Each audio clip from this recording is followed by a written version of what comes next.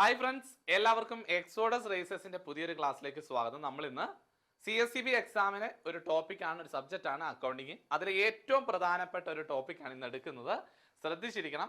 Capital and revenue. That means capital receipt ഉണ്ട്, capital expenditure ഉണ്ട്, revenue receipt ഉണ്ട്, revenue expenses ഉണ്ട്. ഇതെന്താണെന്ന് ക്ലിയർ ആയിട്ട് മനസ്സിലാക്കാം. ഇത് ക്ലിയർ ആയിട്ട് മനസ്സിലായില്ലെങ്കിൽ ഞാൻ പറയുന്നത് അക്കൗണ്ടിങ് നിങ്ങൾ തീർച്ചയായും പഠിക്കില്ല. അക്കൗണ്ടിങ്ങിന്റെ ബേസിക് ആയിട്ടുള്ള സ്റ്റേറ്റ്മെന്റ്സ് അല്ലെങ്കിൽ ബുക്സ് ഓഫ് അക്കൗണ്ട്സ് എഴുതണമെങ്കിൽ, trading account, profit and loss account, balance sheet ഒക്കെ തയ്യാറാക്കണമെങ്കിൽ ഇതിനെക്കുറിച്ചുള്ള വ്യക്തമായ ഐഡിയ നിങ്ങൾക്ക് ഉണ്ടാവണം. അതുകൊണ്ട് വളരെ പ്രധാനപ്പെട്ട ഒരു ടോപ്പിക്കാണ്. ഇതിൽ നിന്ന് എനിക്ക് ഉറപ്പാണ് തീർച്ചയായിട്ടും അടുത്ത CSCB എക്സാമിന് നിങ്ങൾക്ക് മാർക്ക് സ്കോർ ചെയ്യാൻ കഴിയും. അതുകൊണ്ട് തന്നെ പ്രീവിയസ് ചോദ്യങ്ങൾ എങ്ങനെ വരുമെന്ന് നിങ്ങൾക്ക് ക്ലിയർ ആയിട്ടൊരു ഐഡിയ ഈ ക്ലാസ്സിൽ കിട്ടും. ഏറ്റവും ശ്രദ്ധിച്ച് നിങ്ങൾ ഇരിക്കുക, നിങ്ങൾ പോയിന്റുകൾ നോട്ട് ചെയ്ത് വെക്കുക കേട്ടോ. നമുക്ക് നോക്കാം എന്താണ് capital receipt and revenue receipt. ഇത് പറയുന്നതിന് മുൻപ് തന്നെ ഞാൻ കുറച്ച് കാര്യങ്ങൾ നിങ്ങൾക്ക് പറഞ്ഞു തരാം. അതിൽ നിന്ന് ക്ലിയർ ആയിട്ട് നിങ്ങൾക്ക് ഐഡിയ പിടികിട്ടും. എന്താണെന്ന് വെച്ച് കഴിഞ്ഞാൽ നമ്മുടെ ബിസിനസ് റൺ ചെയ്യുന്നത് പ്രോഫിറ്റ് ഉണ്ടാക്കാനായിട്ടാണ്. പ്രോഫിറ്റ് ഇല്ലാതെ കണ്ട് ബിസിനസ്സിന് റൺ ചെയ്യാൻ കഴിയില്ല. പ്രോഫിറ്റ് ഓറിയന്റഡ് ആണ് ബിസിനസ്, സർവീസ് കം പ്രോഫിറ്റ് ആണ്. അപ്പം പ്രോഫിറ്റ് ഇല്ലാതെ കണ്ട് ബിസിനസ്സിന് മുമ്പോട്ട് പോകാൻ കഴിയില്ല. ബിസിനസിന്റെ പ്രധാന ലക്ഷ്യം അതാണല്ലോ. അപ്പം ഞാൻ പറയുന്നത്, നിങ്ങളൊരു ബിസിനസ് സ്റ്റാർട്ട് ചെയ്ത് കഴിഞ്ഞാൽ പണപരമായിട്ട് രണ്ട് രീതിയിൽ ട്രാൻസാക്ഷൻസ് നടക്കും. ഒന്ന്, ക്യാഷ് നിങ്ങളുടെ ബിസിനസ്സിലേക്ക് വരും. മറ്റൊന്ന്, ക്യാഷ് നിങ്ങളുടെ ബിസിനസ്സിൽ നിന്ന് പുറത്തേക്ക് പോകും. അതായത് ഔട്ട്ഫ്ലോ നടക്കും. ഒന്നെങ്കിൽ ക്യാഷിന്റെ ഇൻഫ്ലോ അല്ലെങ്കിൽ ക്യാഷിന്റെ ഔട്ട്ഫ്ലോ ആയിരിക്കും അവിടെ സംഭവിക്കുന്നത്. ഇനി നിങ്ങൾ മനസ്സിലാക്കേണ്ടത്, ബിസിനസ്സിലേക്ക് ക്യാഷ് വരുന്നത് രണ്ട് രീതിയിലാണെന്ന് മനസ്സിലാക്കുക. അതായത് നിങ്ങളുടെ ബിസിനസ്സിന് ഡേ ടു ഡേ ഓപ്പറേഷൻസിന് വേണ്ടി അല്ലെങ്കിൽ നിങ്ങളുടെ ബിസിനസ്സിൽ പതിവായിട്ട് നടന്നുകൊണ്ടിരിക്കുന്ന ക്യാഷിന്റെ ഇൻകം ആണ് എങ്കിൽ അതിനെ നമുക്കൊരു ഹെഡിങ്ങിലേക്ക് മാറ്റാം, റവന്യൂ റെസീപ്റ്റ്. ബിസിനസ്സിലേക്ക് ക്യാഷ് വരുന്നതിനെ റെസീപ്റ്റ് എന്ന് തരംതിരിച്ചാൽ പതിവായിട്ട് റെക്കറിംഗ് ആയിട്ട് കണ്ടിന്യൂസ് ആയിട്ട് ഡേ ടു ഡേ ബിസിനസ്സിന് ഓപ്പറേഷണൽ ആക്ടിവിറ്റിക്ക് ഇങ്ങനെ ക്യാഷ് വന്നുകൊണ്ടിരിക്കുന്ന പ്രോസസ്സാണ് റവന്യൂ റെസീപ്റ്റ് എന്ന് പറയുന്നത്. Revenue receipt. അപ്പൊ നിങ്ങൾക്ക് പിടികിട്ടി, പതിവായിട്ടല്ലാതെ ബിസിനസ്സിലേക്ക് ഇടയ്ക്ക് മാത്രമായിട്ട് വരുന്ന ക്യാഷ്, അതെങ്കിൽ ലോങ് ടേമിലേക്ക് മാത്രമായിട്ട് ബിസിനസ്സിലേക്ക് ക്യാഷ് വരുന്നുണ്ടെങ്കിൽ അതിനെ നമുക്ക് റവന്യൂ ആയിട്ട് കൺസിഡർ ചെയ്യാൻ സാധിക്കില്ല. അതിനെ നമുക്ക് ക്യാപിറ്റൽ റെസീപ്റ്റ് എന്ന് പറഞ്ഞ് കൺസിഡർ ചെയ്യാൻ സാധിക്കുള്ളൂ. അപ്പൊ നിങ്ങൾക്ക് ഏകദേശം ഐഡിയ കിട്ടാൻ വേണ്ടിയാണ് ആദ്യം പറഞ്ഞത്. അന്നൂടെ പറയാം, ഡേ ടു ഡേ ഓപ്പറേഷൻസ് അല്ലെങ്കിൽ ഓപ്പറേഷണൽ ആക്ടിവിറ്റീസിന് വേണ്ടി ക്യാഷ് വരികയോ പോവുകയോ ചെയ്യുകയാണെങ്കിൽ നിങ്ങൾ അതിനെ റവന്യൂ എന്ന് പറയുന്ന ഹെഡിങ്ങിൽ എഴുതാനായിട്ട് ശ്രദ്ധിക്കണം.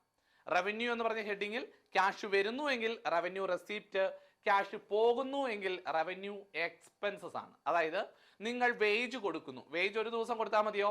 ഒരു വർഷത്തിലൊന്ന് കൊടുത്താൽ മതിയോ വേജ്? അല്ല, ഡേ ടു ഡേ ബിസിനസ്സിൽ നിങ്ങൾ വേജ് കൊടുത്തുകൊണ്ടിരിക്കണം. ഒരു തൊഴിലാളി എന്ന് നിങ്ങളുടെ ബിസിനസ്സിൽ വർക്ക് ചെയ്യുന്നെങ്കിൽ അയാൾക്ക് സാലറി അല്ലെ വേജ് കൊടുത്തുകൊണ്ടിരിക്കണം.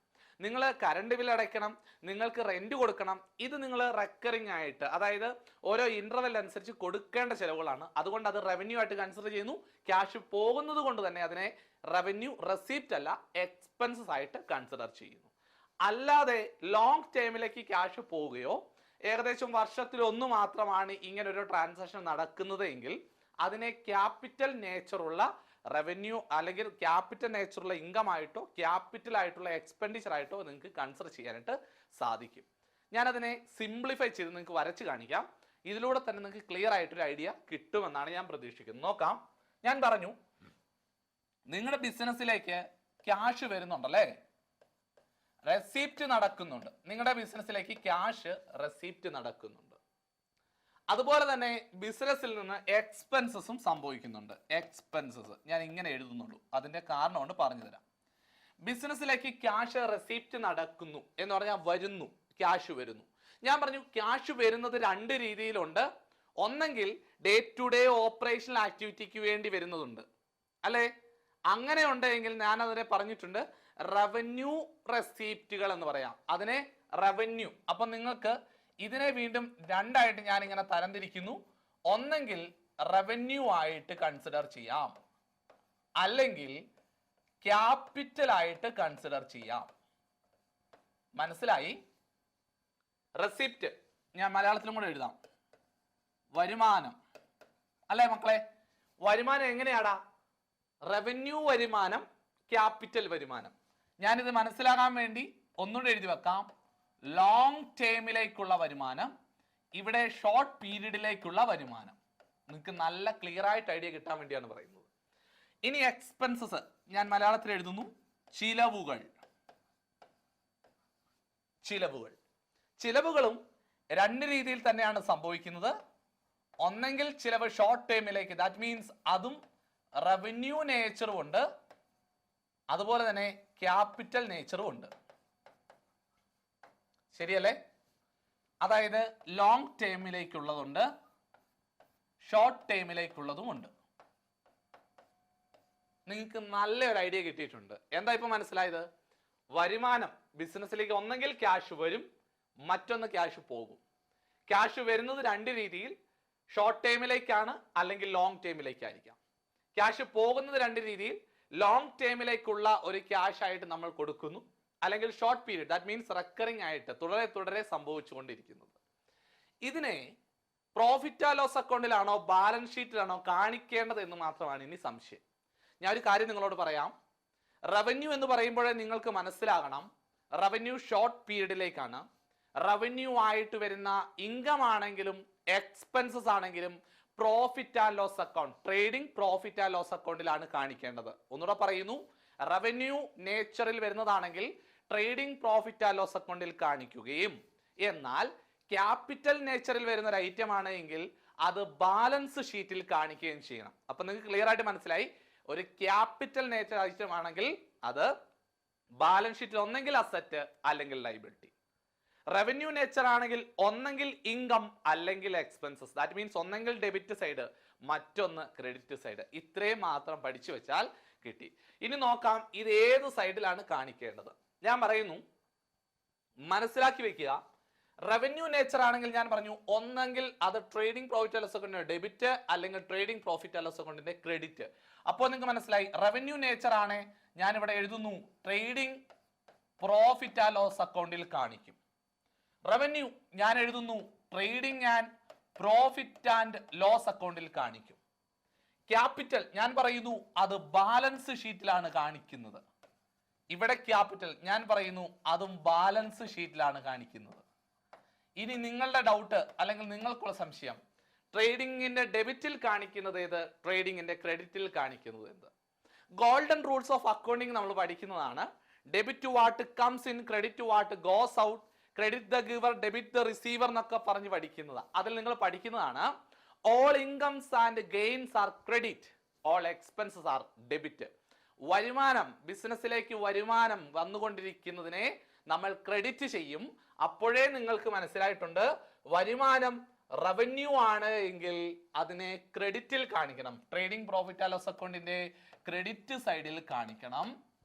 അപ്പോളേ ഓപ്പോസിറ്റ് ട്രേഡിംഗ് അക്കൗണ്ടിന് ഇവിടെയല്ലേ ഉള്ളൂ, ഇവിടെ ഡെബിറ്റ്. ഡെബിറ്റ് എന്താണ് മക്കളെ? നമ്മുടെ ചിലവുകൾ. റവന്യൂ ചിലവുകൾ ട്രേഡിംഗിന്റെ ഡെബിറ്റിൽ കാണിക്കും. റവന്യൂ ആയിട്ട് ക്യാപിറ്റൽ ആയിട്ട് വരുന്നതാണ് എങ്കിൽ നിങ്ങൾ ഓർക്കണം, ക്യാപിറ്റൽ ബാലൻസ് ഷീറ്റ് വരുന്നുവെങ്കിൽ റവന്യൂ ആയിട്ട് വരുന്ന ചിലവുകളെ ഡെബിറ്റ് സൈഡിലും റവന്യൂ ആയിട്ട് വരുന്ന വരുമാനത്തെ ട്രേഡിംഗിന്റെ ക്രെഡിറ്റ് സൈഡിലും കാണിക്കുമെന്ന് നിങ്ങൾ പഠിച്ചു വെക്കുക. അത് നിങ്ങൾക്ക് ക്ലിയർ ആയി. ഇനി ബാലൻസ് ഷീറ്റിന്റെ അസറ്റിൽ കാണിക്കുന്നത് ഏത്, ബാലൻസ് ഷീറ്റിന്റെ ലൈബിലിറ്റിയിൽ കാണിക്കുന്നത് ഏത്? ഇതും കൂടെ പഠിച്ചാൽ ആ പോർഷൻ തന്നെ തീരുമെന്നാണ് ഞാൻ വിശ്വസിക്കുന്നത്. എങ്ങനെയാണ് നമുക്ക് മനസ്സിലാക്കുന്നത്? ഞാൻ പറഞ്ഞു, നമ്മുടെ വരുമാനം എന്ന് പറയുന്നത്, റെസിപ്റ്റ് എന്ന് പറയുന്നത് ക്യാപിറ്റൽ നേച്ചർ ആണെങ്കിൽ ബാലൻസ് ഷീറ്റിൽ വരും. വരുമാനം ലോങ് ടേമിലേക്കുള്ളതാകാം, ചിലവുകളും ലോങ് ടേമിലേക്കാകാം. എക്സാമ്പിൾ ഞാൻ പറയാം, ലോങ് ടേമിലേക്ക് നമ്മൾ മുടക്കുന്ന ഒരു ക്യാഷ് ആണ് നമ്മൾ പ്ലാന്റ് ആൻഡ് മെഷീനറി വാങ്ങാനോ അല്ലെങ്കിൽ ലാൻഡോ അല്ലെങ്കിൽ ഫർണിച്ചർ വാങ്ങാനായിട്ട് നമ്മുടെ ക്യാഷ് കൊടുക്കുന്നു. ബിസിനസ്സിൽ നിന്ന് ക്യാഷ് പോകുന്നു. എക്സാമ്പിൾ ഞാൻ ഒരു സിമ്പിൾ എക്സാമ്പിൾ പറയാം. 10 ലക്ഷം രൂപയ്ക്ക് നമ്മൾ ഒരു വാഹനം എടുക്കുകയാണ് നമ്മുടെ ബിസിനസ്സിന് വേണ്ടി. വാഹനം വാങ്ങുമ്പോൾ ക്യാഷ് ബിസിനസ്സിന് ഔട്ട്ഫ്ലോ ചെയ്യും, ചിലവാകും, ക്യാഷ് ചിലവാകും. ആണോ? ശരിയല്ലേ? നിങ്ങളുടെ മനസ്സിലേക്ക് വരണം, ക്യാഷ് ചിലവാകുന്നു, 10 ലക്ഷം രൂപ ചിലവാകുന്നു എന്ന് പറഞ്ഞ് എഴുതി കാണിക്കണം. ആ ചിലവാകുന്ന തുകയ്ക്ക് ഒരു കാറ് കിട്ടിയെന്ന് പറഞ്ഞ് നമ്മൾ എവിടെയാണ് കാണിക്കാറുള്ളത്? ബാലൻസ് ഷീറ്റിന്റെ അസറ്റ് സൈഡിൽ. അതായത് നമുക്ക് വരുന്ന ക്യാപിറ്റൽ ചിലവുകളെ നമ്മൾ എഴുതി കാണിക്കുന്നത് ബാലൻസ് ഷീറ്റിന്റെ അസറ്റ് സൈഡിലാണ്. പെട്ടെന്ന് നിങ്ങൾക്ക് തോന്നും അത് ലൈബിലിറ്റി ആണ്, ചിലവല്ലേ എന്ന്. ചിലവാണ്, അത് ബാലൻസ് ഷീറ്റിന്റെ അസറ്റ് സൈഡിലാണ് കാണിക്കുന്നത്. ക്ലിയർ ആണോ? നിങ്ങൾക്ക് ലോങ് ടേമിലേക്ക് വരുമാനം, നിങ്ങൾ ബിസിനസിന്റെ ആവശ്യത്തിന് SBI ബാങ്കിൽ നിന്നും 10 കോടി രൂപ ലോൺ എടുക്കുന്നു, ആണോ? ലോൺ എടുക്കുമ്പോൾ ക്യാഷ് എന്ത് ചെയ്യുന്നു? വരുന്നു, ഇൻഫ്ലോ, ക്യാഷ് വരുന്നു. നിങ്ങൾ ആ ലോൺ എടുത്ത തുകയെ ബാലൻസ് ഷീറ്റിന്റെ ഏത് സൈഡിലാണ് കാണിക്കുന്നത്? അസറ്റിലാണോ? അല്ല. ലോൺ എന്ന് പറഞ്ഞ് കാണിക്കുന്നത് എവിടെയാണ്? ലൈബിലിറ്റി സൈഡിലാണ്. അതിന്റെ അർത്ഥം നിങ്ങളുടെ ക്യാപിറ്റൽ വരുമാനം കാണിക്കുന്നത് ലൈബിലിറ്റി സൈഡിലാണ്. അപ്പൊ ഞാൻ പറയും, നിങ്ങളുടെ ചിലവുകൾ ക്യാപിറ്റൽ നേച്ചറിലാണെങ്കിൽ നിങ്ങൾ കാണിക്കുന്നത് അസറ്റ് സൈഡിലും, നിങ്ങളുടെ വരുമാനം ക്യാപിറ്റൽ നേച്ചർ ആണെങ്കിൽ ബാലൻസ് ഷീറ്റിന്റെ ലൈബിലിറ്റി സൈഡിലുമായിരിക്കും നിങ്ങൾ കാണിക്കുന്നത് എന്ന് ഞാൻ പറയും. നിങ്ങൾ അങ്ങനെ പഠിച്ചു വെക്കണം. ഒന്നുകൂടെ ഞാൻ പറഞ്ഞാൽ, ബാലൻസ് ഷീറ്റിന്റെ ലൈബിലിറ്റി എന്ന് പറഞ്ഞാൽ എന്താണ് മക്കളെ? എങ്ങനെയൊക്കെ ക്യാഷ് വന്നു, കണ്ടോ? വരുമാനം നിങ്ങൾ പഠിച്ചേ. ബാലൻസ് ഷീറ്റിന്റെ ആ ലൈബിലിറ്റി സൈഡ് എന്ന് പറഞ്ഞാൽ എങ്ങനെയാണ്? എന്തെന്ന് വെച്ച് കഴിഞ്ഞാൽ എങ്ങനെയാണ്? എങ്ങനെ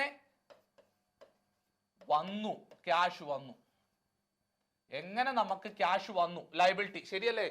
ലോൺ എടുത്ത് ക്യാഷ് വന്നു, ക്രെഡിറ്റേഴ്സിന്റെ കയ്യിൽ നിന്ന് ക്യാഷ് വാങ്ങി, അങ്ങനെ ക്യാഷ് വന്നു, അല്ലേ? അങ്ങനെ കിട്ടാനുള്ളതും അല്ലെങ്കിൽ ക്യാഷ് വന്നു എന്ന് പറഞ്ഞ് ക്യാഷിന്റെ വരുമാനം സ്രോതസ്സുകളാണ് നമ്മൾ കാണിക്കുന്നത് ബാലൻസ് ഷീറ്റിന്റെ ലൈബിലിറ്റി. എന്നാൽ ബാലൻസ് ഷീറ്റിന്റെ അസറ്റ് സൈഡിൽ ചിലവായി, ഇങ്ങനെ ചിലവായി, ഇങ്ങനെ ചിലവായി, കാറ് മേടിക്കാൻ 10 ലക്ഷം ചിലവായി, ഫർണിച്ചർ മേടിക്കാൻ 5 ലക്ഷം ചിലവായി, ചിലവായി എന്നാ എഴുതി വെക്കുന്നത്. അതിന്റെ അർത്ഥം നിങ്ങൾക്ക് വന്ന ചിലവുകൾ നിങ്ങൾ ക്യാഷ് എങ്ങനെയൊക്കെ ഉപയോഗിച്ചു എന്നാണ് എഴുതി കാണിക്കുന്നത് അസറ്റ് സൈഡിൽ. ബാലൻസ് ക്യാഷ് കുറച്ചിരിപ്പുണ്ട്, 50,000 രൂപ ക്യാഷ് ആയിട്ടുണ്ട്, കുറച്ച് ക്യാഷ് ബാങ്കിലുണ്ട്, കുറച്ച് ക്യാഷിന് നമ്മൾ കാറ് മേടിച്ചു, കുറച്ച് ഫർണിച്ചർ മേടിച്ചു. കണ്ടോ എങ്ങനെയൊക്കെ ചിലവായി, എങ്ങനെ ക്യാഷിനെ നമ്മൾ ഉപയോഗിച്ചു എന്നാണ് ബാലൻസ് ഷീറ്റിന്റെ അസറ്റ് സൈഡിൽ കാണിക്കുന്നത്.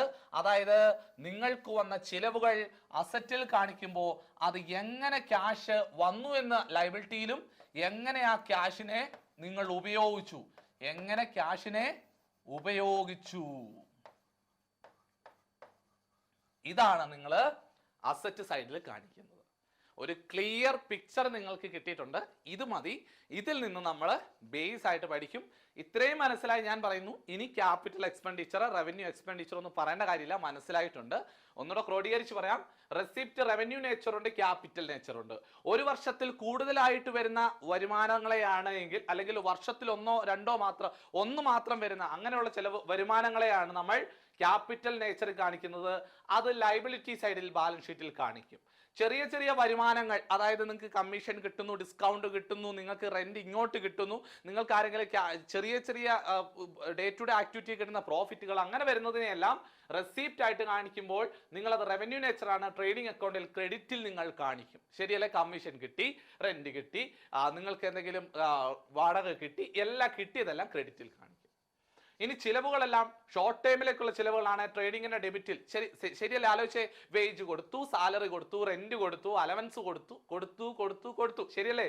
ചിലവുകൾ, റവന്യൂ ചിലവുകൾ ട്രേഡിങ്ങിന്റെ ഡെബിറ്റ് സൈഡിൽ. ഇനി ചിലവുകളെ ക്യാപിറ്റൽ നേച്ചറാണ് ബാലൻസ് ഷീറ്റിന്റെ അസറ്റ് സൈഡിൽ. എങ്ങനെ ചിലവാക്കി? കാറ് മേടിക്കാൻ ചിലവാക്കി, എങ്ങനെ ചിലവാക്കി? വാഹനം മേടിക്കാൻ ചിലവാക്കി, ഫർണിച്ചർ മേടിക്കാൻ ചിലവാക്കി, പ്ലാന്റ് ആൻഡ് മെഷീനറിക്ക് ചിലവാക്കി, ബാക്കി തുക ക്യാഷ് ആയിട്ടുണ്ട്, എങ്ങനെയെല്ലാം ഉപയോഗിച്ചു എന്ന് കാണിക്കുന്നു. ഇതാണ് അതിന്റെ ബേസിക് സ്ട്രക്ചർ. മനസ്സിലായി എന്ന് വിശ്വസിക്കുന്നു. ഇനി ഞാൻ സിമ്പിൾ ആയിട്ട് വായിച്ചു തരാം, നിങ്ങൾ തന്നെ അത് മനസ്സിലാക്കിയെടുത്താൽ മതിയാവും കേട്ടോ. ക്ലിയർ ആയി? നോക്കിയാടാ മക്കളെ, ക്യാപിറ്റൽ ആൻഡ് റവന്യൂ റെസിപ്റ്റ്. ഇനി നിങ്ങൾക്ക് മനസ്സിലായി.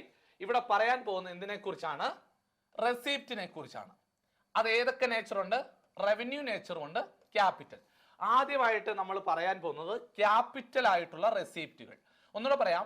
Not all receipt contribute towards the profit and loss in business. Receipt can be categorised capital and revenue. അതായത് നമുക്ക് വരുന്ന വരുമാനം എല്ലാം നമ്മുടെ ലാഭമാണോ? അല്ല.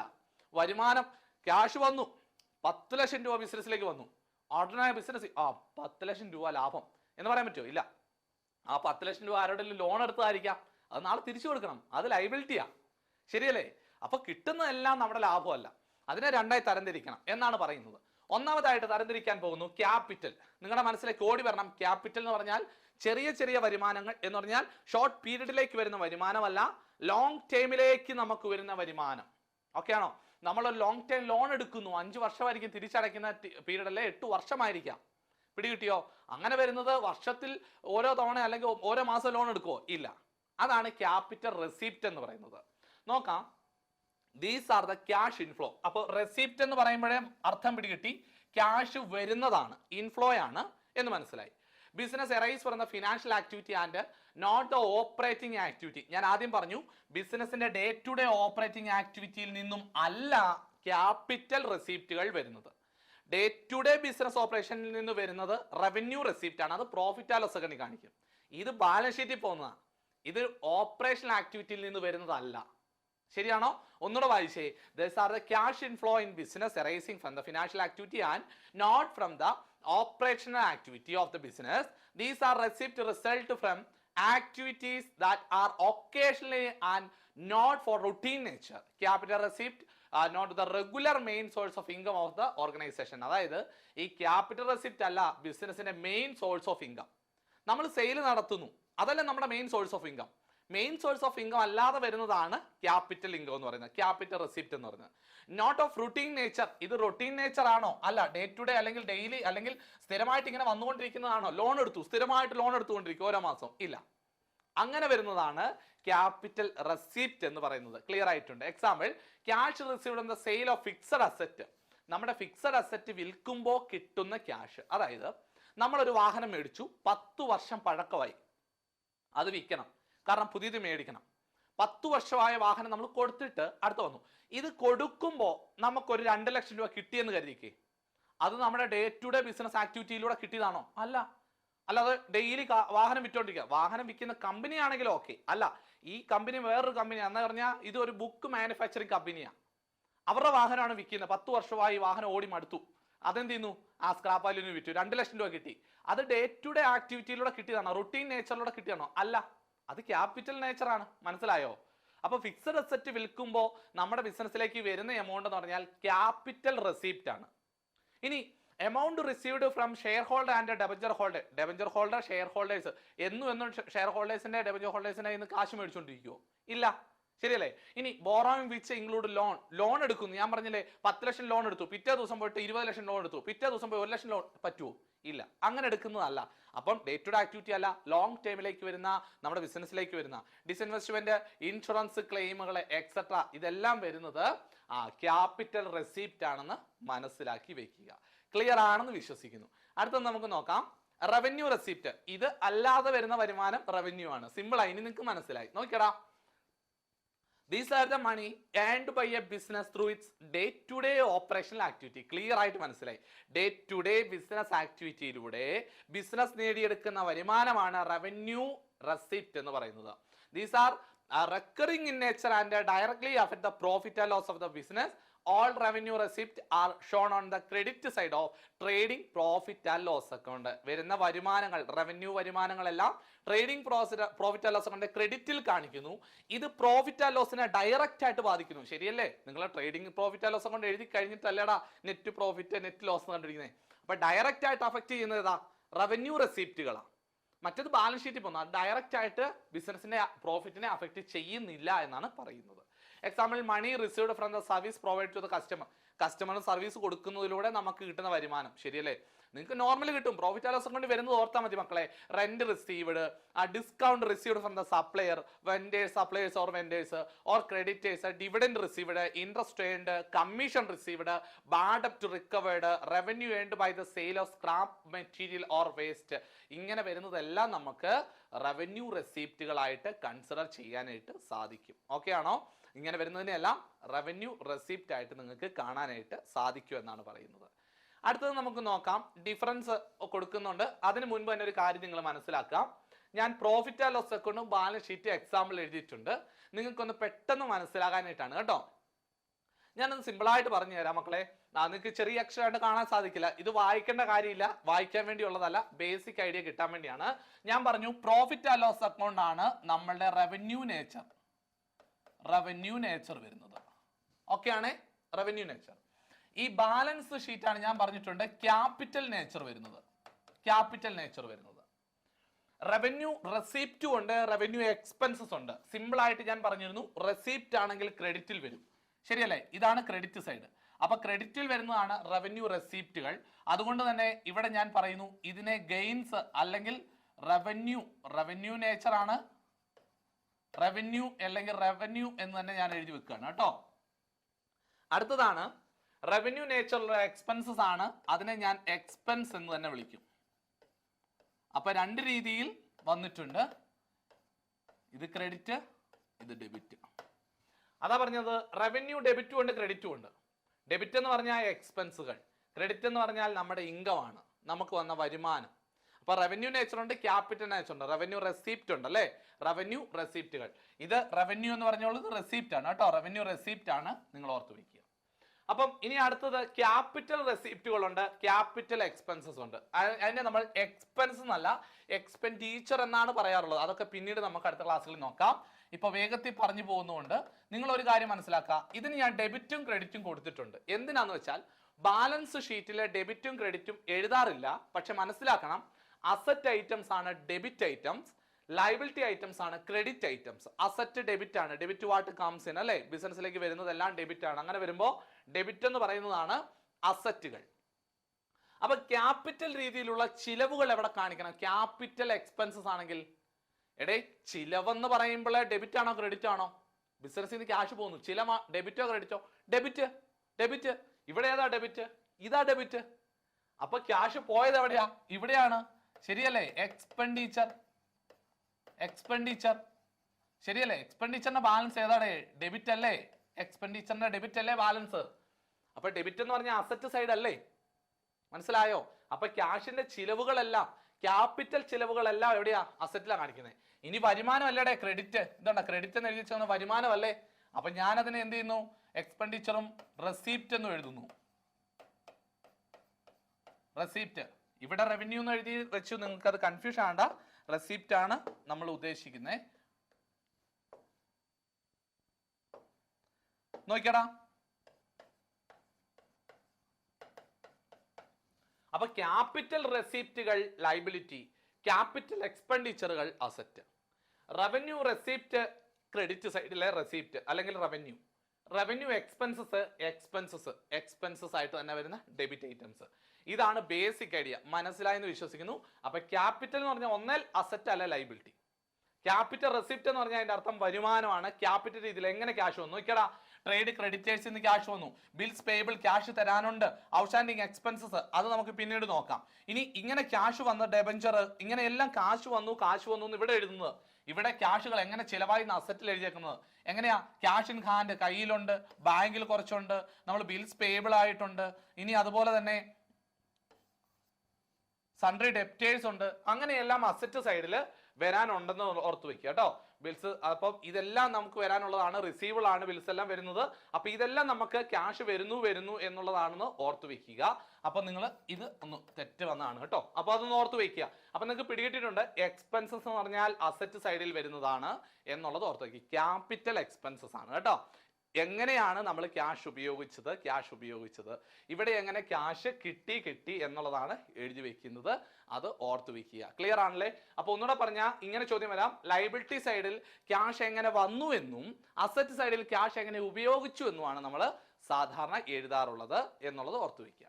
Difference between capital and revenue receipt നോക്കാം നമുക്ക്. Revenue receipt are generated from the operational activity of the business. ബിസിനസിന്റെ ഓപ്പറേഷണൽ ആക്ടിവിറ്റിയിൽ നിന്ന് വരുന്നതാണ് റവന്യൂ റെസിപ്റ്റ്. ഇത് എങ്ങനെയാണ്? Generated from financial activity. ഒരു ഫിനാൻഷ്യൽ ആക്ടിവിറ്റി ആണ്, ഓപ്പറേഷൻ ഡേ ടു ഡേ ആക്ടിവിറ്റിയിൽ നിന്ന് വരുന്നത് അല്ല. അടുത്തത് പറയുന്നു revenue receipt affect profit and loss account. Direct ആയിട്ട് പ്രോഫിറ്റ് ആൻഡ് ലോസ് അക്കൗണ്ടിനെ റവന്യൂ ഐറ്റങ്ങൾ ബാധിക്കുന്നു. എന്നാൽ ഇത് എങ്ങനെയാണ്? It has no impact. ഇവിടെ പ്രോഫിറ്റ് ആൻഡ് ലോസ് അക്കൗണ്ടിൽ ക്യാപിറ്റൽ റെസിപ്റ്റിന് ഇമ്പാക്ട് ഇല്ല. ഓക്കെ ആണോ? അടുത്തത് revenue receipt are recurring in nature. അത് കണ്ടിന്യൂസ് ആയിട്ട് വരുന്നതാണ്. ഏത്? റവന്യൂ ഐറ്റംസ് എല്ലാം റെക്കറിംഗ്, തുടരെ വന്നുകൊണ്ടിരിക്കും. പക്ഷേ ക്യാപിറ്റൽ റവന്യൂ എന്ന് പറയുന്നത്, റെസിപ്റ്റ് എന്ന് പറയുന്നത് നോൺ റെക്കറിംഗ് ഐറ്റം ആണ് എന്ന് മനസ്സിലാക്കുക. അടുത്തത് it is an amount received from the sale of normal day to day product or service of the company. കമ്പനിയെ നേരിട്ട് എന്ത് ചെയ്യുന്നു? ഡേ ടു ഡേ ആയിട്ട് വിൽക്കുന്നതിലൂടെ കിട്ടുന്ന വരുമാനം, അല്ലെങ്കിൽ കച്ചവടം നടക്കുന്നതിലൂടെ വരുന്ന വരുമാനമാണ് റവന്യൂ റെസിപ്റ്റ്. എന്നാൽ capital receipt result from any loan, disinvestment, insurance claim, എന്തെങ്കിലും ലോൺ എടുക്കുന്നതോ അങ്ങനെയൊക്കെ വരുന്നതാണ് ക്യാപിറ്റൽ റെസിപ്റ്റ് എന്ന് പറയുന്നത്. അടുത്ത പറയുന്നത് through revenue receipt distribution of profit is done. മനസ്സിലായോ? റവന്യൂ റെസിപ്റ്റുകളിലൂടെയാണ് പ്രോഫിറ്റിന്റെ ഡിസ്ട്രിബ്യൂഷൻ നടക്കുന്നത്. പ്രോഫിറ്റിനെ ഡയറക്റ്റ് ആയിട്ട് അഫക്ട് ചെയ്യുന്നു ഓർത്ത് വെച്ചാലും മതിയേ. ഇനി profit distribution is not available through capital receipt. Capital റെസിപ്റ്റിലൂടെ പറ്റുമോ? ഇല്ല. നമ്മൾ പ്രോഫിറ്റ് ആൻഡ് ലോസ് അക്കൗണ്ടിലൂടെ മാത്രമേ അതിന്റെ ഡിസ്ട്രിബ്യൂഷൻ നടക്കുകയുള്ളൂ. അടുത്തത് ഇൻക്ലൂഡ് സെയിൽ ഓഫ് പ്രോഡക്റ്റ് വിൽക്കുന്നതിലൂടെ കിട്ടുന്നു. Include sale of fixed asset വിൽക്കുന്നതിലൂടെ ക്യാപിറ്റൽ റെസിപ്റ്റ് കിട്ടുന്നു. ഇത് ക്ലിയർ ആയിട്ട് മനസ്സിലാക്കി വെക്കുക. അപ്പോൾ ഡിഫറൻസ് കൃത്യമായിട്ടൊന്ന് ഓർത്ത് വെക്കുക. റെസിപ്റ്റ് മാത്രമാണ് പറഞ്ഞത്. അടുത്തത് നമുക്ക് നോക്കാം എക്സ്പെൻഡിച്ചർ എങ്ങനെയാണ്. ക്യാപിറ്റൽ എക്സ്പെൻഡിച്ചർ എന്ന് പറയുമ്പോൾ അത് മനസ്സിലായി ലോങ് ടേമിലേക്ക് വരുന്നതാണ്. These are the fund used for non one-time large purchase of fixed asset that will used for a revenue generation over a long period. This could be acquired, upgrade and maintain physical assets such as property, building, equipment. ഈ പറഞ്ഞല്ല more than 1 year. നിങ്ങൾക്ക് അത് explain ചെയ്യേണ്ട കാര്യമില്ല, മനസ്സിലായതാണ്. More than 1 ഇയറിലേക്ക് നമ്മൾ purchase ചെയ്യാൻ വേണ്ടി മുടക്കുന്ന തുകയൊക്കെ capital എക്സ്പെൻഡിച്ചറിന് ഉദാഹരണമായിട്ട് വരുന്നതാണ്. നമ്മുടെ അപ്ഗ്രേഡ് ചെയ്യാനായിട്ട് ഫിസിക്കൽ അസറ്റ് പ്രോപ്പർട്ടി ഒക്കെ പർച്ചേസ് ചെയ്യുന്നതെല്ലാം ഇതുമായിട്ട് ബന്ധപ്പെട്ട് വരുന്നതാണ്. അടുത്തത് ക്യാപിറ്റൽ എക്സ്പെൻഡിച്ചർ എന്ന facility of factory including and upgrade and expansion. Upgrade അല്ലെ എക്സ്പാൻഷൻ ഒക്കെ വേണ്ടി വരുന്ന എല്ലാം ക്യാപിറ്റൽ നേച്ചർ ആണ്. Vehicle such as truck used for delivery of A product. നമ്മൾ ഒരു വെഹിക്കിൾ പർച്ചേസ് ചെയ്യുന്നു. മാനുഫാക്ചറിങ് എക്യുപ്മെന്റ്സ്, കമ്പ്യൂട്ടർ പർച്ചേസ് ചെയ്യുന്നു, ഫർണിച്ചർ പർച്ചേസ് ചെയ്യുന്നു. Cost of acquisition and installation of fixed asset. ഒരു ഫിക്സഡ് അസറ്റ് വാങ്ങുന്നു, അതിന്റെ ഇൻസ്റ്റാൾ ചെയ്യാനായിട്ട് വരുന്ന ചിലവ്. ഇത് പ്രത്യേകം ശ്രദ്ധിക്കണേ. കോസ്റ്റ് ഓഫ് ഇൻസ്റ്റലേഷൻ അല്ലെ അക്യൂസിഷൻ മാത്രമാണ് നിങ്ങൾക്ക് തരുന്നതെങ്കിൽ നിങ്ങൾക്ക് കൺഫ്യൂഷൻ വരും. ഇവിടെ നിങ്ങളൊരു പ്രൊഡക്റ്റ് വാങ്ങി, നിങ്ങളൊരു എ സി വാങ്ങി അത് 50,000 രൂപയായി. എന്നാൽ അത് ഫിറ്റ് ചെയ്യാനായിട്ട് ഒരാൾക്ക് 10,000 രൂപ കൊടുത്തുവെങ്കിൽ നിങ്ങൾ എ സിയുടെ ചിലവായിട്ട് 60,000 രൂപയാണ് കാണിക്കുന്നത്. അവിടെ ആ ടോട്ടൽ എമൗണ്ട് ആണ് കൺസിഡർ ചെയ്യുന്നത്. അതുകൊണ്ട് ഒരു ഫിക്സഡ് അസറ്റ് പർച്ചേസ് ചെയ്ത് അത് ഇൻസ്റ്റാൾ ചെയ്യാനായിട്ട് വരുന്നതും നിങ്ങൾ ക്യാപിറ്റൽ നേച്ചറിൽ തന്നെയാണെന്ന് ഓർത്തു വെക്കണം. അല്ലാതെ ഡേ ടു ഡേ വരുന്നത് റവന്യൂ നേച്ചർ ആണെങ്കിൽ ഫിക്സഡ് അസറ്റ് വാങ്ങി അത് ഇൻസ്റ്റാൾ ചെയ്യാൻ വേണ്ടി വരുന്നത് എങ്ങനെയായിരിക്കും? ക്യാപിറ്റൽ നേച്ചർ ആണെന്ന് ഓർത്തു വെക്കുക. Brokerage stamp duty on legal expense paid for purchase of land. അതും ഇതുപോലെ തന്നെയാണ്. നിങ്ങളൊരു ഭൂമി വാങ്ങുമ്പോൾ അത് വാങ്ങി നിങ്ങൾ നേടിയെടുക്കുന്നത് വരെയുള്ള കോസ്റ്റുകളെല്ലാം നിങ്ങൾക്ക് ക്യാപിറ്റൽ നേച്ചറാണ്. മനസ്സിലായോ? നിങ്ങൾ ഒരാളെ, ഒരു വക്കീലിനെ, ഒരു അഡ്വക്കേറ്റിനെ കണ്ടിട്ട് ആ ഭൂമിയുമായി ബന്ധപ്പെട്ട് എന്തെങ്കിലും കേസോ കാര്യങ്ങളോ ഉണ്ടോ എന്ന് അന്വേഷിക്കാൻ വേണ്ടി അല്ലെങ്കിൽ ലീഗൽ വശങ്ങൾ നോക്കാനായിട്ട് അഡ്വക്കേറ്റിനെ സമീപിക്കുമ്പോൾ അദ്ദേഹത്തിന് ലീഗൽ ചാർജസ് കൊടുക്കേണ്ടി വരുന്നതെല്ലാം ക്യാപിറ്റൽ നേച്ചറാണ്. മനസ്സിലാകുന്നുണ്ടോ? കാരണം ഫിക്സഡ് അസറ്റ് വാങ്ങാൻ നമുക്ക് വന്ന ചിലവുകൾ, നമ്മൾ എ സി ഫിറ്റ് ചെയ്യാൻ വന്ന ചിലവെന്ന് പറഞ്ഞ പോലെയാണ് ഭൂമി വാങ്ങാനായിട്ട് വന്ന സ്റ്റാമ്പ് ഡ്യൂട്ടി, ബ്രോക്കറേജ്, എങ്ങനെയൊക്കെ ചിലവ് വന്നാലും അത് ക്യാപിറ്റൽ നേച്ചറാണ്, ഓർത്ത് വെക്കണേ. അടുത്തത് repair charge to a second hand machinery installation time. അതായത് നേരത്തെ എ സി വാങ്ങിയിട്ട് ഫിറ്റ് ചെയ്യാൻ ക്യാഷ് വന്നതുപോലെ നിങ്ങളൊരു പർച്ചേസ് ചെയ്യുകയാണ്. ഒരു സെക്കൻഡ് ഹാൻഡ് വെഹിക്കിളോ സെക്കൻഡ് ഹാൻഡ് മെഷീനറിയോ നിങ്ങൾ പർച്ചേസ് ചെയ്യുന്നു. അത് പർച്ചേസ് ചെയ്തപ്പോൾ അതിന് ചെറിയ കേടുപാടുകളുണ്ട്. അത് ഇൻസ്റ്റാൾ ചെയ്യാൻ സമയത്ത് മനസ്സിലായി കുറച്ച് കേടുപാടുകളുണ്ട്. നിങ്ങളൊരു സെക്കൻഡ് ഹാൻഡ് എ സി ആണ് മേടിച്ചത്. എ സി മേടിച്ച് ഫിറ്റ് ചെയ്യാൻ വേണ്ടി ആൾ വന്നപ്പോൾ പറഞ്ഞു, അയ്യോ സാറേ ഇതിന്റെ ഫാൻ വർക്ക് ചെയ്യുന്നില്ലല്ലോ, നമുക്ക് അതിന്റെ ഫാൻ ഒന്ന് മാറണം. അപ്പോൾ പറഞ്ഞു, എന്നാൽ ശരി മാറിക്കോ, അതിന് എത്രയാവും? അതിന് 2,000 രൂപയാവും കേട്ടോ. ഉടനെ ഫാൻ അങ്ങ് മാറ്റി വെച്ചു, സെറ്റ് ചെയ്തു വെച്ചു. എ സിക്ക് നിങ്ങൾ 40,000 ആണ് മുടക്കിയത്. ഫാൻ മേടിക്കാനായിട്ട്, അതായത് എ സിക്കകത്ത് വെക്കുന്ന അതിന്റെ ഒരു മോട്ടർ അല്ലെങ്കിൽ ഒരു ഫാൻ മേടിക്കാനായിട്ട് 2,000 ചിലവായി. 42,000. എ സി ഫിറ്റ് ചെയ്ത ആൾക്ക് 10,000 കൊടുത്തു. 52,000 രൂപ ക്യാപിറ്റൽ നേച്ചർ ആണ്. അപ്പൊ സെക്കൻഡ് ഹാൻഡ് മെഷീനറി മേടിച്ചിട്ട് അതിന് റിപ്പയർ വന്നു കഴിഞ്ഞാൽ അതിനെയും എങ്ങനെ കൺസിഡർ ചെയ്യണം? അതിനെയും ക്യാപിറ്റൽ നേച്ചറിൽ കൺസിഡർ ചെയ്യണം. അല്ലാതെ ഒരു റിപ്പയർ ചാർജ് ആണെങ്കിൽ റവന്യൂ നേച്ചറാണ്. കാരണം ഡേ ടു ഡേ ബിസിനസ്സിൽ വരുന്ന എന്തെങ്കിലും റിപ്പയറിങ് കാര്യങ്ങളാണെങ്കിൽ. ഇത് സെക്കൻഡ് ഹാൻഡ് നിങ്ങൾ മേടിച്ചപ്പോൾ അതുമായി ബന്ധപ്പെട്ട് വന്ന റിപ്പയർ ചാർജ് ആണ്. അതിന് നിങ്ങൾ ക്യാപിറ്റൽ നേച്ചറിൽ കൺസിഡർ ചെയ്യണം. അടുത്തത് wage paid for erection of new machinery. നേരത്തെ പറഞ്ഞ പോലെ തന്നെ പുതിയ മെഷീനറി ഇൻസ്റ്റാൾ ചെയ്യാൻ അല്ലെ എറക്ഷൻ സമയത്ത് വേണ്ടി വരുന്ന വേജ്, സാധാരണ വേജ് ആണെങ്കിൽ റവന്യൂ ആണ്. എന്നാൽ പുതിയ മെഷീനറി മേടിച്ചിട്ട് ഫിറ്റ് ചെയ്യാൻ വന്ന വേജ്, അത് പണിക്കൂലി കൊടുത്തത്, അത് ക്യാപിറ്റൽ നേച്ചർ ആണ്. അടുത്തത് amount spend four acquisition of asset four increasing earning capacity of business. ബിസിനസിന്റെ ഏണിംഗ് കപ്പാസിറ്റി വർദ്ധിപ്പിക്കാനായിട്ട് നിങ്ങൾ സ്പെൻഡ് ചെയ്യുന്ന ഒരു ഇൻവെസ്റ്റ്മെന്റ്, അത് ക്യാപിറ്റൽ നേച്ചർ ആണെന്ന് ഓർത്ത് വെക്കുക. അപ്പൊ ഏണിംഗ് കപ്പാസിറ്റി കൂട്ടാനായിട്ട് നിങ്ങൾക്ക് വേണ്ടി വരുന്നത് ക്യാപിറ്റൽ നേച്ചർ ആണ്. ഒരു ഉദാഹരണം പറഞ്ഞാൽ, നിങ്ങൾക്കൊരു 2 നില, ഒരു 2 ഫ്ലോർ ഉള്ള ഒരു ബിൽഡിംഗ് ആണ് നിങ്ങൾക്കുള്ളത്. നിങ്ങളുടെ ബിസിനസ് അവിടെ കാര്യക്ഷമമായിട്ട് നടക്കുന്നുണ്ട് എന്ന് കരുതുക. നിങ്ങൾക്ക് ഈ 2 നിലയുള്ള ബിൽഡിങ്ങിൽ ഒരു പ്രവർത്തനം അല്ലെങ്കിൽ നിങ്ങൾ കരുതിയാണ് നിങ്ങളുടെ ബിസിനസ് ഒന്ന് എക്സ്പാൻഡ് ചെയ്യണം. അതായത് ഈ ബിസിനസ് പോയാൽ പോരാ, ഇതുപോലെ പോയാൽ പോരാ, കുറച്ച് ആൾക്കാരെയൊക്കെ വെച്ചിട്ട് കുറച്ച് മെഷീനറി കൂടുതൽ പർച്ചേസ് ചെയ്യണം, എന്നിട്ട് നല്ല രീതിയിൽ ഈ ബിസിനസ്സിനെ കൊണ്ടുപോകണം എന്നൊക്കെ നിങ്ങൾക്ക് ആഗ്രഹമുണ്ട്. പക്ഷെ നിങ്ങളുടെ സ്ഥലപരിമിതി അത് പോരാ. എന്താണ്, ഇവിടെ ഒരു 2 നില ബിൽഡിംഗ് ആണ് പ്രവർത്തിക്കുന്നത്. ഈ 2 നില ബിൽഡിങ്ങിൻ്റെ അകത്ത് പ്രവർത്തിച്ചു കഴിഞ്ഞാൽ നിങ്ങളുടെ പ്രവർത്തനം കാര്യക്ഷമമായിട്ട് നടക്കില്ല എന്ന് നിങ്ങൾക്ക് മനസ്സിലായി. നിങ്ങൾ ഉടനെ ഏണിംഗ് കപ്പാസിറ്റി കൂട്ടാനായിട്ട് നിങ്ങൾ ഇതിന് ഒരു നിലയും കൂടെ പണിയാനായിട്ട് തീരുമാനിക്കുന്നു. അപ്പോൾ എന്ത് ചെയ്യുന്നു, ഒരു നിലയും കൂടെ പണിയുന്നു. ഈ ഒരു നിലയും കൂടെ പണിതപ്പോ നിങ്ങൾക്ക് ഇവിടെ കോസ്റ്റ് വന്നിട്ടുണ്ട്. ഇതിന് ഒരു 2 ലക്ഷം രൂപ 2 lakh rupees കോസ്റ്റ് വന്നുവെങ്കിൽ ഈ 2 ലക്ഷം രൂപയെ നിങ്ങൾ ക്യാപിറ്റൽ എക്സ്പെൻഡിച്ചർ ആയിട്ട് കൺസിഡർ ചെയ്യണം. മനസ്സിലായോ? അതിനെ നിങ്ങൾ ക്യാപിറ്റൽ എക്സ്പെൻഡിച്ചർ ആയിട്ട് കൺസിഡർ ചെയ്യണം. പിടികിട്ടിയോ? ഇനി ഡെഫേർഡ് റവന്യൂ ആയിട്ട് നിങ്ങൾക്ക് ഒരു കൺഫ്യൂഷൻ വരും. ഞാനൊരു കാര്യം പറയാം. ഡെഫേർഡ് റവന്യൂ എക്സ്പെൻഡിച്ചറും ക്യാപിറ്റൽ എക്സ്പെൻഡിച്ചർ ഏകദേശം ഒരുപോലെ ആണെങ്കിലും അതിൻ്റെ ഒരു പെട്ടെന്ന് മനസ്സിലാക്കാൻ പറയാം. ഡെഫേർഡ് റവന്യൂവും ക്യാപിറ്റലും തമ്മിലുള്ള വ്യത്യാസം എന്ന് പറഞ്ഞാൽ ക്യാപിറ്റൽ എക്സ്പെൻഡിച്ചർ ആകുന്ന സമയത്ത് ഓൺ ദ സ്പോട്ടിൽ തന്നെ നിങ്ങളുടെ ബിസിനസ്സിലേക്ക് എന്തോ ഒന്ന് വരുന്നുണ്ടെന്ന് ഓർത്തണം. അങ്ങനെ അറ്റ് എ ടൈം നിങ്ങളുടെ കയ്യിൽ നിന്ന് കോസ്റ്റ് ആകുന്ന സമയത്ത് തന്നെ നിങ്ങളുടെ ബിസിനസ്സിലേക്ക് എന്തെങ്കിലും വരുന്നുണ്ടെങ്കിൽ അത് ക്യാപിറ്റൽ നേച്ചറാണ്. 10 ലക്ഷം രൂപയുടെ വാഹനം എടുക്കുന്നു, ഉടനെ ബിസിനസ്സിൽ വാഹനം വന്നു. മനസ്സിലായോ? നിങ്ങളൊരു ബിൽഡിംഗ് വാങ്ങുന്നു, ഉടനെ ബിൽഡിംഗ് വന്നു, അത് ക്യാപിറ്റൽ നേച്ചറാ. നിങ്ങൾ മെഷീനറി വാങ്ങുന്നു, ക്യാപിറ്റലാണ്, ഉടനെ മെഷീനറി ബിസിനസ് വന്നില്ലേ? മനസ്സിലായോ? നോക്കിയേ, ഇവിടെ ബിസിനസ് എക്സ്പാൻഷൻ ചെയ്യാൻ വേണ്ടി ഒരു നിലയും കൂടെ പണിതു, ഉടനെ ബിസിനസ്സിലേക്ക് ഒരു നിലയും കൂടെ കൂടുതൽ വന്നു, ദാറ്റ് ഈസ് ക്യാപിറ്റൽ. ഇനി ഡെഫേർഡ് റവന്യൂ എക്സ്പെൻഡിച്ചർ എങ്ങനെയാണെന്ന് അറിയാമോ? ഇതുപോലെ തന്നെ ലോങ് ടൈം ഇൻവെസ്റ്റ്മെന്റ് ആണ്, പക്ഷേ അത് ഭാവിയിൽ അതിന്റെ ഫലം നമുക്ക് കിട്ടുമെന്നുള്ള ഒരു അനുമാനം മാത്രമേ ഉള്ളൂ. നമുക്ക് ഭാവിയിൽ അതിന്റെ ഗുണം കിട്ടിയേക്കാം എന്നുള്ളത് മാത്രമേ ഉള്ളൂ. മനസ്സിലായോ? ഹ്യൂജ് അഡ്വർടൈസ്മെന്റ് എക്സ്പെൻഡിച്ചർ 1 കോടി രൂപ മുടക്കിയിട്ട് പരസ്യം ചെയ്യുക. 1 കോടി രൂപ മുടക്കി ഷാരൂഖ് ഖാനെ വെച്ചിട്ട് ഒരു പരസ്യം ചെയ്താൽ ബിസിനസ്സിലേക്ക് ഉടനെ എന്തെങ്കിലും കിട്ടുമോ? ഇല്ല. മനസ്സിലായോ? ഒന്നും വരുന്നില്ല. മെഷീനറി വന്നോ, ഫർണിച്ചർ വന്നോ, അങ്ങനെ എന്തെങ്കിലും വന്നോ? ഒന്നും വന്നിട്ടില്ല. ഇതിന്റെ ഗുണം നാളുകളിൽ ബിസിനസ്സിന് വന്നേക്കാം എന്നുള്ള അനുമാനമാണ് ഡെഫേർഡ് റവന്യൂ എക്സ്പെൻഡിച്ചർ. അപ്പോൾ ഒരു ഐറ്റം എന്നിട്ട് ഇത് ഏതാണെന്ന് ചോദിച്ചു കഴിഞ്ഞാൽ നിങ്ങൾ ആലോചിക്കണം, ഓൺ ദ സ്പോട്ട് ബിസിനസ് എന്തെങ്കിലും വന്നോ? ഇല്ല, പിന്നീട് വന്നേക്കാം, അത് ഡെഫേർഡ് റവന്യൂ ആണ് കേട്ടോ. അപ്പൊ മനസ്സിലാക്കുക, ഇങ്ങനെ ബിസിനസിന്റെ ഏണിംഗ് കപ്പാസിറ്റി വർദ്ധിപ്പിക്കാൻ നമ്മൾ എന്തെങ്കിലും ചെയ്തു കഴിഞ്ഞാൽ അതും ക്യാപിറ്റൽ നേച്ചർ ആണെന്ന് ഓർത്ത് വെക്കുക.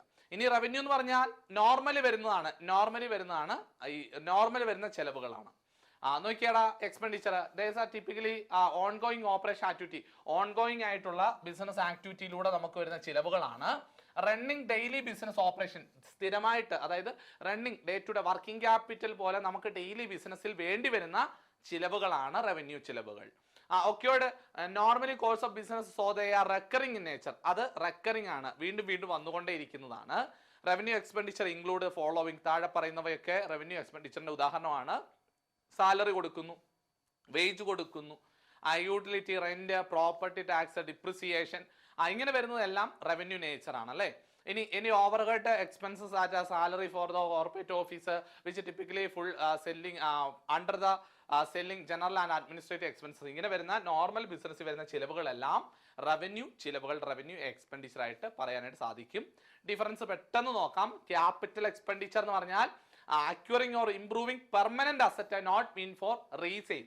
നമ്മുടെ റീസെയിലിന് വേണ്ടി അല്ല നമ്മുടെ ഉദ്ദേശം. എന്ത്? ക്യാപിറ്റൽ നേച്ചർ എന്ന് പറഞ്ഞാൽ റീസെയിലിന് വേണ്ടിയല്ല. എന്നാൽ റവന്യൂ എക്സ്പെൻഡിച്ചർ റീസെയിലിന് വേണ്ടിയാണ് നടത്തുന്നത്. എന്താണ്? റുട്ടീൻ എക്സ്പെൻഡിച്ചർ ആണ്, റുട്ടീൻ ആയിട്ട് സംഭവിച്ചുകൊണ്ടിരിക്കുന്നതാണ്, നോർമൽ കോഴ്സ് ഓഫ് ബിസിനസ്സിൽ നടക്കുന്നതാണ്. Cost of sale and maintenance of fixed asset, fixed asset മെയിൻ്റെനൻസിന് വേണ്ടി വരുന്ന എല്ലാം ചിലവുകൾ റവന്യൂ എക്സ്പെൻഡിച്ചർ ആണെന്നുള്ളത് ഓർത്ത് വെക്കുക കേട്ടോ. മെയിൻ്റെനൻസ് ചിലവുകൾ, ഫിക്സഡ് അസറ്റിന്റെ മെയിൻ്റെനൻസ്, ഫിക്സഡ് അസറ്റിന്റെ മെയിൻ്റെനൻസ്. പക്ഷെ ഫിക്സഡ് അസറ്റ് വാങ്ങിയപ്പോൾ അല്ലെങ്കിൽ എന്തൊരു അസറ്റ് വാങ്ങിക്കുമ്പോൾ അന്നേരപ്പോൾ വന്ന കോസ്റ്റ് അത് ക്യാപിറ്റലാണ്. ഫിക്സഡ് അസറ്റ് നമ്മൾ മെയിൻറ്റെയിൻ ചെയ്ത് കൊണ്ടുപോകണം, സൂക്ഷിച്ചു കൊണ്ടുപോകണം, അങ്ങനെ വരുന്നതെല്ലാം റവന്യൂ നേച്ചറാണ്. മനസ്സിലായോ? മെയിൻ്റെനൻസ് ചാർജസ് എല്ലാം റവന്യൂ ആണെന്ന് ഓർത്ത് വയ്ക്കുക. അടുത്തത് ഏണിംഗ് കപ്പാസിറ്റി വർദ്ധിപ്പിക്കുന്നു. ഏത്? ക്യാപിറ്റൽ ഏണിംഗ് കപ്പാസിറ്റി വർദ്ധിപ്പിക്കുന്നു. ശരിയാണ്, നമ്മളിപ്പോൾ പറഞ്ഞതേ ഉള്ള ഒരു example. Maintenance the earning capacity, ഇവിടെ മെയിൻറ്റെയിൻ ചെയ്യുകയാണ്. ഏണിംഗ് കപ്പാസിറ്റി വർദ്ധിപ്പിക്കുന്ന എന്നുള്ളത് ഇവിടെ ഇൻക്രീസ് ചെയ്യുന്നു, ഇവിടെ അതിനെ മെയിൻറ്റെയിൻ ചെയ്യുന്നു. മെയിൻ്റെനൻസ് ചാർജ് ആണ് റവന്യൂ എക്സ്പെൻഡിച്ചർ. അടുത്ത it produce benefit over several years, പല വർഷങ്ങളായിട്ട് ഇതിന്റെ ഗുണം കിട്ടിക്കൊണ്ടിരിക്കും. ക്യാപിറ്റൽ നേച്ചർ പിടികിട്ടിയോ? ക്യാപിറ്റൽ, നമ്മളൊരു വാഹനം എടുക്കുന്നു, വർഷങ്ങളോളം അത് കടന്നുള്ളൂ, അതിന്റെ ഗുണം നമുക്ക് വർഷങ്ങളോളം കിട്ടും. Thus a small part is charged income statement as depreciation and the rest appear in the balance sheet. അതുകൊണ്ട് തന്നെ അതിന്റെ വർഷാവർഷം നമുക്ക് ഡിപ്രീസിയേഷൻ എഴുതി കളയുന്നുണ്ട്. ആ ഡിപ്രീസിയേഷൻ നമ്മൾ എഴുതി കളയാറുണ്ട്, നമ്മൾ പറഞ്ഞതാണ്. എന്നിട്ട് ബാലൻസ് പോർഷൻ നമ്മൾ ബാലൻസ് ഷീറ്റിൽ തന്നെ കാണിക്കും, അസറ്റ് സൈഡിൽ കാണിക്കും, ഡിപ്രീസിയേഷൻ പ്രോഫിറ്റ് ആൻഡ് ലോസ് അക്കൗണ്ടിലേക്ക് കാണിക്കും. ഇനി ഇവിടെ കാണിക്കുന്നു it is consumed within accounting year, ഒരു വർഷത്തിൽ തന്നെ ഉപയോഗിച്ച് തീർക്കുന്നതാണെന്നാണ് പറയുന്നത്. Thus the entire amount of charge the income statement does not appear in the balance sheet. Balance ഷീറ്റിൽ അത് കാണിക്കാറില്ല, നമ്മളത് ട്രേഡിംഗ് പ്രോഫിറ്റ് ആൻഡ് ലോസ് അക്കൗണ്ടിലാണ് റവന്യൂ നേച്ചർ ഐറ്റം വരുന്നത്. അടുത്തത് it is an item of balance sheet. Balance ഷീറ്റിൽ ഒരു item ആണ് capital expenditure. Trading profit and loss അക്കൗണ്ടിലാണ് റവന്യൂ എക്സ്പെൻഡിച്ചർ കാണിക്കുന്നത്. അപ്പോൾ ഇത് ക്ലിയർ ആയിട്ട് മനസ്സിലാക്കി. ഇനി ഡെഫേർഡ് റവന്യൂ, ഞാനിപ്പോൾ പറഞ്ഞോളൂ. ഡെഫേർഡ് റവന്യൂ എന്ന് പറഞ്ഞാൽ എന്താണ്? മോർ ദാൻ അക്കൗണ്ടിങ് ഇയർ, ഒരു വർഷത്തിൽ കൂടുതൽ വരുന്നതാണ്, പക്ഷെ അത് പിന്നീട് നമുക്ക് അതിന്റെ ഗുണം കിട്ടിയേക്കാം എന്നുള്ളതാണ്. Deferred revenue expenditure which are അവർ revenue in nature but it benefit the business for more than one accounting year. Benefit ചെയ്യുന്നത് ഒന്നിലധികം വർഷങ്ങൾ അതിന്റെ ഗുണം നിൽക്കും. ക്യാപിറ്റൽ അതുപോലെയാ, ഒന്നിലധികം വർഷം ഗുണം നിൽക്കും, പക്ഷെ ഇതിന്റെ ബെനിഫിറ്റ് ഒന്നിലധികം വർഷം കൊണ്ട് നമുക്ക് കിട്ടുമെന്നുള്ള അനുമാനമേ ഉള്ളൂ. ക്യാപിറ്റൽ ഓൺ ദ സ്പോട്ടിൽ കിട്ടിയിട്ടുണ്ട്, പിടികിട്ടിയല്ലേ? ഇനി deferred revenue expenditure is that case expenditure which incurred during an accounting period but applicable either wholly or in part of future profit. Future profit ne വെച്ചുകൊണ്ടാണ് അല്ലേ deferred revenue expenditure are shown under fictitious asset in the balance sheet. അതൊക്കെ പിന്നീട് നോക്കാം. fictitious asset എന്ന് പറഞ്ഞാൽ എന്താണെന്നൊക്കെ ഒരു ക്ലാസ്സിൽ നോക്കാം നമുക്ക്. അപ്പോൾ ഇത് കാണിക്കുന്ന എപ്പോഴും എവിടെയാണ്? ഡെഫേർഡ് റവന്യൂ എക്സ്പെൻഡിച്ചർ ഫിക്റ്റീഷ്യസ് അസറ്റിൽ കാണിക്കും ബാലൻസ് ഷീറ്റ്. അത് നമ്മൾ റൈറ്റ് ഓഫ് ചെയ്യാറുണ്ട്, പിന്നീട് നമ്മൾ പഠിക്കാറുണ്ട് എൻട്രികൾ പലതായിട്ട്. അപ്പോൾ ഓർത്ത് വയ്ക്കുക, ഡെഫേർഡ് റവന്യൂ എക്സ്പെൻഡിച്ചർ കാണിക്കുന്നത് ഫിക്റ്റീഷ്യസ് അസറ്റ് ആയിട്ടാണ് ഡെഫേർഡ് റവന്യൂ കാണിക്കാറുള്ളത് എന്ന് ഓർത്ത് വയ്ക്കുക. എക്സാമ്പിൾസ് ആണ് heavy loss of non insured asset, അതായത് നോൺ ഇൻഷുർഡ് അസറ്റിന് വരുന്ന huge losses. Heavy advertising expenses expenditure include in introducing no product developing new market. Heavy advertisement expenditure വരുന്നതെല്ലാം ഡെഫേർഡ് റവന്യൂ ആണ്. അതുപോലെ തന്നെ discount allowed on issue share debenture issue ചെയ്യുമ്പോൾ നമുക്ക് വരുന്ന ഡിസ്കൗണ്ടിങ് ചാർജസ്, അതൊക്കെ ഒരു ഫിക്റ്റീഷ്യസ് അസറ്റ് ആണെന്ന് പഠിക്കുന്നുണ്ട്, അതുകൊണ്ടാണ് അതൊരു ഡെഫേർഡ് റവന്യൂ എക്സ്പെൻഡിച്ചർ ആയിട്ട് കൺസിഡർ ചെയ്യും. Cost of construction extension of lease building, lease ബിൽഡിങ്ങിന്റെ കോസ്റ്റ് ഓഫ് കൺസ്ട്രക്ഷൻ അല്ലെങ്കിൽ എക്സ്റ്റൻഷൻ വരുന്നതെല്ലാം നമുക്ക് ഡെഫേർഡ് റവന്യൂ എക്സ്പെൻഡിച്ചർ ആയിട്ട് കൺസിഡർ ചെയ്യാനായിട്ട് സാധിക്കും. അതുപോലെ തന്നെ cost of dismantling, removing and reinstalling the plant and machinery etcetera, ഇങ്ങനെ വരുന്നത്. പിന്നെ cost of shifting the business in more convenient place, അതായത് മോർ സ്യൂട്ടബിൾ ആയിട്ടുള്ള കൺവീനിയന്റ് ആയിട്ടുള്ള പ്ലേസിലേക്ക് നമ്മുടെ ബിസിനസിനെ മാറ്റുന്നു. എന്നാൽ CSEB ഒരു തവണ ഇതിനെ നമുക്ക് റവന്യൂ എക്സ്പെൻഡിച്ചർ തന്നിട്ടുണ്ട്. എന്തുകൊണ്ടാണെന്ന് അറിയില്ല, എന്തുകൊണ്ടാണ് നമുക്ക് ക്ലിയർ ആയിട്ട് അറിയില്ല. നോക്കാം. നമ്മുടെ ഇപ്പോഴത്തെ ബിസിനസ് ഇപ്പോൾ ഇരിക്കുന്നത് എറണാകുളത്തെ ഒരു എന്താണ് ഇടുങ്ങിയ ഒരു സ്ഥലത്താണ്. അവിടെ ബിസിനസ് കുറവായപ്പോൾ നമ്മൾ തീരുമാനിക്കുകയാണ് കുറച്ചുകൂടെ സിറ്റിയിലേക്ക് മാറ്റി നമ്മുടെ ബിസിനസ് കൊണ്ടുവരണം. അപ്പോൾ അവിടുത്തെ ബിസിനസ് ഇവിടെ കൊണ്ടുവയ്ക്കുന്നു എന്നുള്ളൂ, കൂടുതലായിട്ടൊന്നും വരുന്നില്ല. അത് അങ്ങനെ വരുന്ന ചിലവെല്ലാം ഡെഫേർഡ് റവന്യൂ എക്സ്പെൻഡിച്ചറിന്റെ ഉദാഹരണമായിട്ട് വരുന്നതാണ് എന്ന് ഓർത്തിരിക്കുക കേട്ടോ. കോസ്റ്റ് ഓഫ് കൺസ്ട്രക്ഷൻ, ഇത് നിങ്ങൾക്ക് ഒരു സംശയം പറഞ്ഞാൽ കോസ്റ്റ് ഓഫ് കൺസ്ട്രക്ഷൻ അല്ലെ എക്സ്റ്റൻഷൻ എന്ന് പറയുമ്പോൾ നിങ്ങൾ ക്യാപിറ്റലായിട്ട് കൺസിഡർ ചെയ്തിട്ട് അങ്ങനെ നോക്കുക വേണ്ട. ഇത് ലീസ് ബിൽഡിങ്ങിന്റെ കേസാണ്. ഇത് നോർമലി ചോദിച്ച് കണ്ടിട്ടുമില്ല, നിങ്ങൾ ജസ്റ്റ് ഒന്ന് എക്സാമ്പിൾ ആയിട്ട് ഓർത്ത് വെച്ചാൽ മതി കേട്ടോ. Cost of construction or extension of lease building deferred revenue expenditure ഒക്കെ ആയിട്ടാണ് കൺസിഡർ ചെയ്യുന്നത്. നമ്മുടെ സ്വന്തമായിട്ട് വരുന്ന ലീസ് ബിൽഡിങ്ങിന്റെ കേസാണ് വരുന്നതെന്ന് ഓർത്ത് വെക്കുക. പ്രിലിമിനറി എക്സ്പെൻസ് ഓഫ് ബിസിനസിന്റെ പ്രിലിമിനറി എക്സ്പെൻസസ് വരുന്നതും ഡെഫേർഡ് റവന്യൂ എക്സ്പെൻഡിച്ചർ അതൊരു ഫിക്റ്റീഷ്യസ് അസറ്റ് ആയിട്ട് കൺസിഡർ ചെയ്യാറുണ്ട് എന്ന് നിങ്ങൾ ഓർത്ത് വയ്ക്കുക. അപ്പോൾ ഇന്നത്തെ ക്ലാസ്സിലെ എല്ലാ ടോപ്പിക്കുകളും നിങ്ങൾ ക്ലിയർ ആയിട്ട് നന്നായിട്ട് തന്നെ മനസ്സിലാക്കി വെക്കുക. Do not stop when you are ടൈഡ്, stop when you are done. നിങ്ങൾ മടുത്തു എന്ന് പറഞ്ഞിട്ട് നിർത്തിപ്പോകരുത്. നിങ്ങൾ മടുത്തു അല്ലെങ്കിൽ തളർന്നു എന്ന് പറഞ്ഞ് നിർത്തിപ്പോകരുത്.